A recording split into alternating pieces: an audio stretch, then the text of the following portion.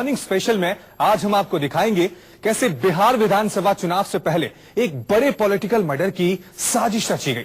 2 दिन पहले इस हत्या को अंजाम दिया जाना था।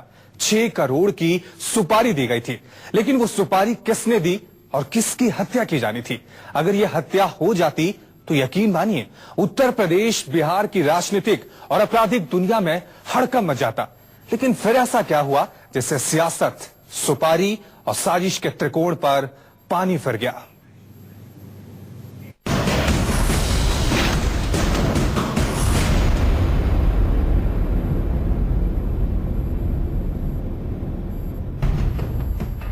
बिहार चुनाव से पहले एक बड़ी राजनीतिक हत्या की साजिश का खुलासा हुआ है।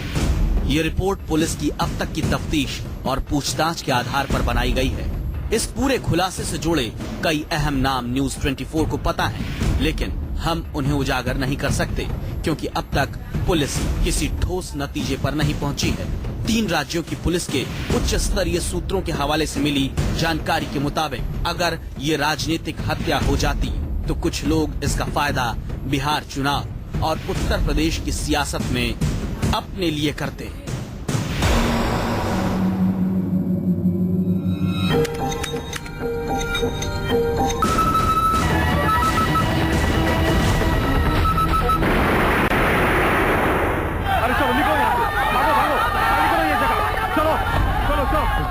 जनवरी की सुबह पटना से 70 किलोमीटर दूर आरा की अदालत में एक धमाका हुआ।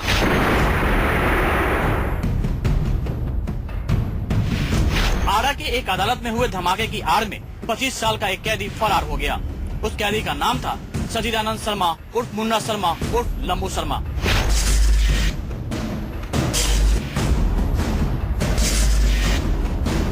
मोस्ट वांटेड अपराधी लंबू शर्मा आरा में हुए बम धमाके का फायदा उठाकर भागने के लिए नहीं भागा था, बल्कि उसको भगाने के लिए ही आरा में धमाका किया गया था।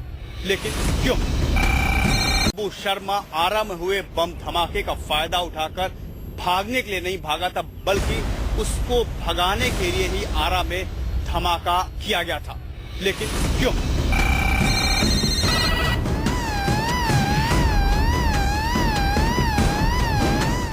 23 जनवरी 2015 को कोर्ट से भागने वाला लंबू शर्मा दरअसल एक बहुत बड़ी साजिश का हिस्सा था। ऐसी साजिश जो अगर कामयाब हो जाती तो देश के 2 बड़े राज्यों की राजनीति में हड़कंप मच जाता।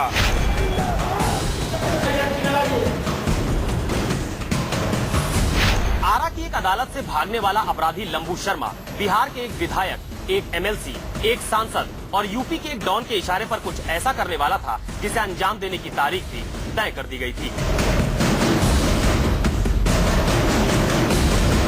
नाम तय था, दाम तय था, तारीख तय थी और काम करने का तरीका भी तय था। आखिर वो कौन था जिसकी हत्या के लिए 6 करोड़ रुपए की सुपारी दी गई थी?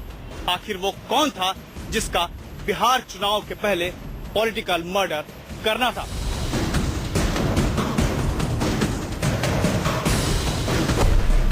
तारीख थी 29 जून, जगह थी उत्तर प्रदेश का गाजीपुर, कीमत थी 6 करोड़ और टारगेट था मुख्तार अंसारी।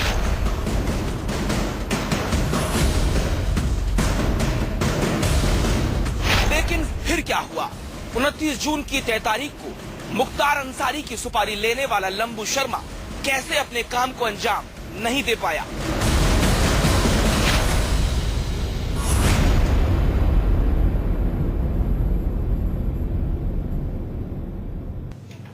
उनतीस जून यानी आज से 2 दिन पहले उत्तर प्रदेश के गाजीपुर कोर्ट में बाहुबली विधायक और कुख्यात डॉन मुख्तार अंसारी की पेशी होनी थी, लेकिन अचानक मुख्तार की पेशी टल गई।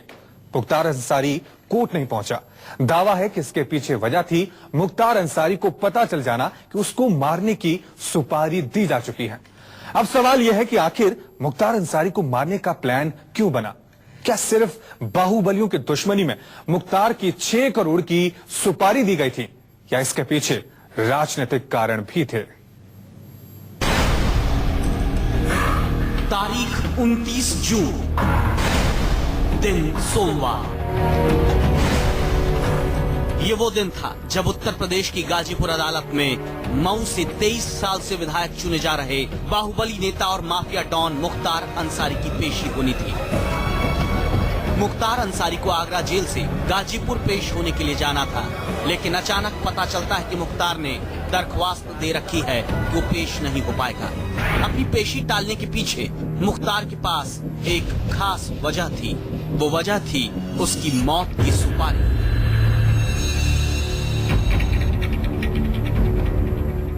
गाजीपुर में मुख्तार अंसारी को मारने की साजिश साल 2014 से बनने लगी थी।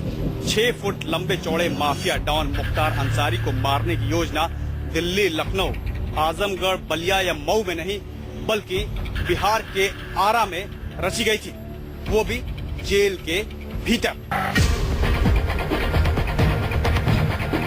उन दिनों 2014 में आरा की जेल में बंद था लंबू शर्मा नाम का 25 साल का एक हिस्ट्री शीटर, जिसके बारे में कहा जाता था कि वो चुटकियों में बम बनाने की महारत रखता है। उसी आरा जेल में लंबू शर्मा नाम के इस अपराधी के बारे में चांद मियां को पता चला, जो मुख्तार अंसारी का काफी करीबी रहा है। 2014 में जब मैं जेल में बंद था, मेरे बारे में चांद मियां को पता चला। वो चांद मियां जो मुख्तार अंसारी के काफी करीबी हैं। चांद मियां के साथ जेल में एक और शख्स बंद था, नाम था प्रमोद सिंह, जिसे मिलने जेडीयू के एक विधायक और उनके एमएलसी भाई आते थे। न्यूज 24 को इन दोनों नेताओं के नामों का पता है, लेकिन पुलिस की तफ्तीश पूरी होने तक हम इनके नाम उजागर नहीं कर सकते। यहीं पर जेडीयू के इन दोनों नेताओं ने मुख्तार अंसारी की हत्या की बात की। मुख्तार अंसारी की सुपारी कितने में तय? मुख्तार अंसारी को खत्म करने के बारे में बताया। तय हुआ था कि वो आगरा जेल में बंद चल रहे हैं और पेशी के दौरान ही उन्हें बम धमाके से मारा जाएगा। मुख्तार अंसारी की सुपारी के लिए मुझे एडवांस में 50 लाख रुपए भी दिए गए थे। आरा जेल में बंद लंबू शर्मा को तब 50 लाख रुपए मुख्तार को मारने की सुपारी के तौर पर पेशगी में मिल चुके थे। पूरा काम अंजाम देने के लिए 6 करोड़ की कीमत तय हुई थी। लेकिन अब सवाल था कि लंबू शर्मा जेल से कैसे बाहर निकलेगा, वो कैसे मुख्तार को खत्म करेगा।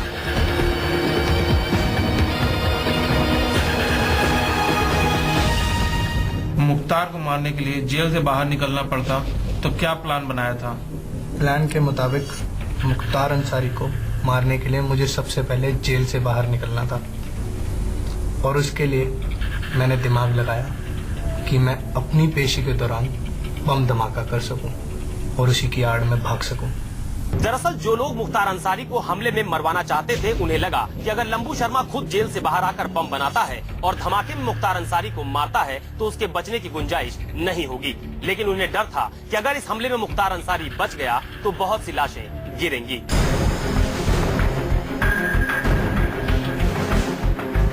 आरा की जेल में बंद लंबू शर्मा के दिमाग में दिसंबर 2014 के उन दिनों में एक ही साजिश पनप रही थी कि आखिर मुख्तार अंसारी की ली हुई सुपारी का काम पूरा करने के लिए जेल से कैसे बाहर निकला जाए। इसके लिए लंबू शर्मा ने मोहरा बनाया अपनी एक महिला दोस्त को। ये बताओ, जब विस्फोटक तैयार था तो धमाका करने का क्या प्लान? हमने एक लड़की का इस्तेमाल करा। वो लड़की का नाम था नगीना। वो अनपढ़ थी, उसे कुछ नहीं पता था। हमने विस्फोटक को एक टिफिन बॉक्स के अंदर डाल दिया और उसे कहा कि टिफिन बॉक्स तुम मेरी पेशी के दिन लेकर आना। तारीख 23 जनवरी 2015। उस दिन आरा की अदालत में लंबू शर्मा को पेशी के लिए पहुंचना था। पुलिस को अंदाजा भी नहीं था कि आज बहुत बड़ी साजिश का एक सिरा अंजाम दिया जाना है। लंबू शर्मा कैदी वैन में पहुंच रहा था।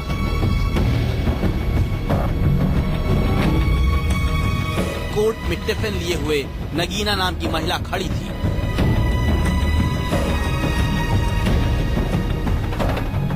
तेईस जनवरी को जैसे ही मैं कैदी वैन से पहुंचा, मुझे नगीना वहीं खड़ी दिखी।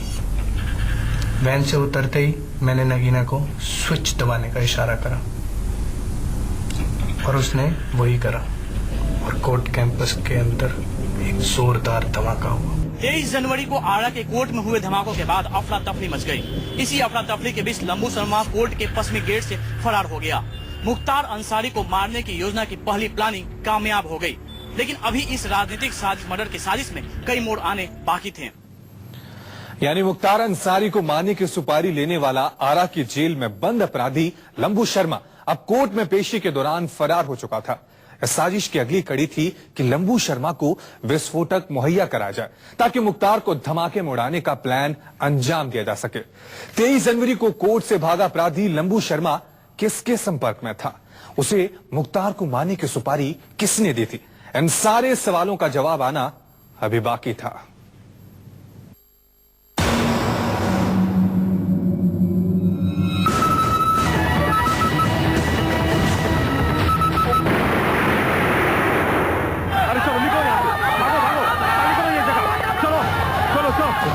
मुख्तार को मारने की सुपारी अगर लंबू शर्मा को मिली तो इसकी वजह के पीछे एक नाम आता है, चांद मियां का। वो चांद मियां जो कभी मुख्तार अंसारी का काफी करीबी कहा जाता था, लेकिन फिर अचानक ऐसा क्या हुआ कि चांद मियां ही लंबू शर्मा के जरिए एक खास शख्स के इशारे पर मुख्तार अंसारी को मौत की घाट उतारने की साजिश रचने लगा। पुलिस सूत्र बताते हैं कि 2009 में लंबू शर्मा की पहचान जेल में ही चांद मियां से हुई थी। उस वक्त चांद मियां और मुख्तार अंसारी के बीच खूब छनती थी, लेकिन बाद में पैसों को लेकर हुए विवाद में चांद मियां और मुख्तार अंसारी के बीच खाई चौड़ी होती गई और यही वजह है कि चांद ने मुख्तार अंसारी का काम तमाम करने के लिए बमबाज लंबू शर्मा को चुना। बलिया स्टेशन पहुंचकर मैंने चांद मियां को फोन करा। चांद मियां ने मुझे बनारस स्टेशन आने को कहा। मेरी उनसे मुलाकात प्लेटफॉर्म नंबर 2 पर हुई, जहां उन्होंने मुझे 20,000 रुपए दिए और कहा अंडरग्राउंड हो जाओ। इसके बाद मुख्तार की सुपारी लेने वाला लंबू शर्मा मुंबई के लिए निकल गया। वहां अपने भाई के घर रुका, लेकिन भाई की आपत्ति के बाद उसे मुंबई छोड़कर वापस बनारस आना पड़ा। तुम मुझे ये बताओ, जब आगरा पहुंचे तो वहाँ क्या हुआ? चांद मुझे आगरा जेल ले गया, जहां उसने मेरी मुलाकात मुख्तार अंसारी से कराई और कहा कि ये बम बनाने में एक्सपर्ट है। इस बीच चांद मियां और लंबू शर्मा ये तय कर रहे थे कि आखिर कब और कैसे मुख्तार अंसारी को खत्म किया जाए। जो बयान लंबू शर्मा ने दिया है उसके मुताबिक चांद मियां उसे लेकर आगरा की जेल अंसारी से मिलाने पहुंच गया था। लंबू के बारे में मुख्तार अंसारी को यही बताया गया कि वो बम बनाने में माहिर है। चांद चाहता था कि लंबू मुख्तार अंसारी के करीब आ जाए ताकि उसी का फायदा उठाकर लंबू शर्मा मुख्तार अंसारी को ठिकाने लगा सके। जेल जाने के बाद मैंने मुख्तार अंसारी की सुरक्षा और उसके वार्ड पर नजर बनाए रखी। जेल से बाहर आते ही चांद मियां ने मुझे वो एम्बुलेंस भी दिखाई जिससे मुख्तार अंसारी को कोर्ट पेशी के लिए ले जाया जाता था। लंबू शर्मा ने जेल से बाहर आते वक्त एम्बुलेंस का नंबर नोट कर लिया था। ये वही एम्बुलेंस है जिसमें मुख्तार पेशी के लिए जाया करता था। दावा है कि लंबू शर्मा एम्बुलेंस में धमाका करके मुख्तार को उड़ाना चाहता था। माफिया राज की दुनिया में मुख्तार अंसारी को मोचू या लंबू के नाम से बुलाया जाता है। उसी लंबू अंसारी यानी मुख्तार अंसारी को मारने की सुपारी लंबू शर्मा नाम के अपराधी को मिली थी। मुख्तार अंसारी की मौत का फायदा 2 तरह के लोगों को मिलने का दावा है। पहले तो मुख्तार के कट्टर दुश्मन और दूसरे मुख्तार अंसारी की मौत में राजनीतिक फायदा देखने वाले, क्योंकि पूर्वी उत्तर प्रदेश के नामी माफिया की मौत बिहार तक असर डालती। ऐसे में फिर क्या हुआ जब लंबू शर्मा ने विस्फोटक तैयार कर लिया था, बम बन चुका था, बस इंतजार था मुख्तार अंसारी के पेशी पर जाने का, लेकिन तभी सारा प्लान फेल हो गया। 29 जून यानी वो तारीख जब मुख्तार अंसारी को पेश होने के लिए आगरा से गाजीपुर जाना था, उससे कुछ हफ्ते पहले ही मुख्तार की सुपारी लेने वाले लंबू शर्मा ने चांद मियां को फोन किया और कहा कि पैसे खत्म हो गए, बताओ अब क्या करना है। दावा है कि तब चांद मियां ने लंबू शर्मा को दिल्ली बुलाया। लंबू शर्मा का दिल्ली आना अपने आप में एक बड़ा खुलासा है, क्योंकि जिस पते पर लंबू को बुलाया गया था वो किसी आम आदमी का घर नहीं था। जब मुझे मिला पैसा खत्म हो गया तो मैंने चांद मियां को फोन किया। उसने दिल्ली बुलाया, जहाँ मेरी मुलाकात एक सांसद के घर पर हुई। रात भर हम सांसद के घर पर ही रुके। लंबू शर्मा दिल्ली में जिस सांसद के घर चांद मियां के साथ रुका था, उस सांसद का घर इसी सड़क पर है। हमें उस सांसद का पता भी मालूम है और नाम भी। पुलिस की तफ्तीश में मुख्तार अंसारी की सुपारी लेने वाला लंबू शर्मा ने जिस सांसद का नाम बताया है, फिलहाल उस नाम को हम आपके सामने उजागर नहीं कर सकते। दरअसल मुख्तार अंसारी को मारने के लिए आरा की जेल में सुपारी लेने वाला लंबू शर्मा, मुख्तार अंसारी को बम धमाके में मारने की साजिश रचने वाला लंबू शर्मा जब आरा कोर्ट में धमाके के बाद फरार हुआ था, तभी से पुलिस को उसकी तलाश थी।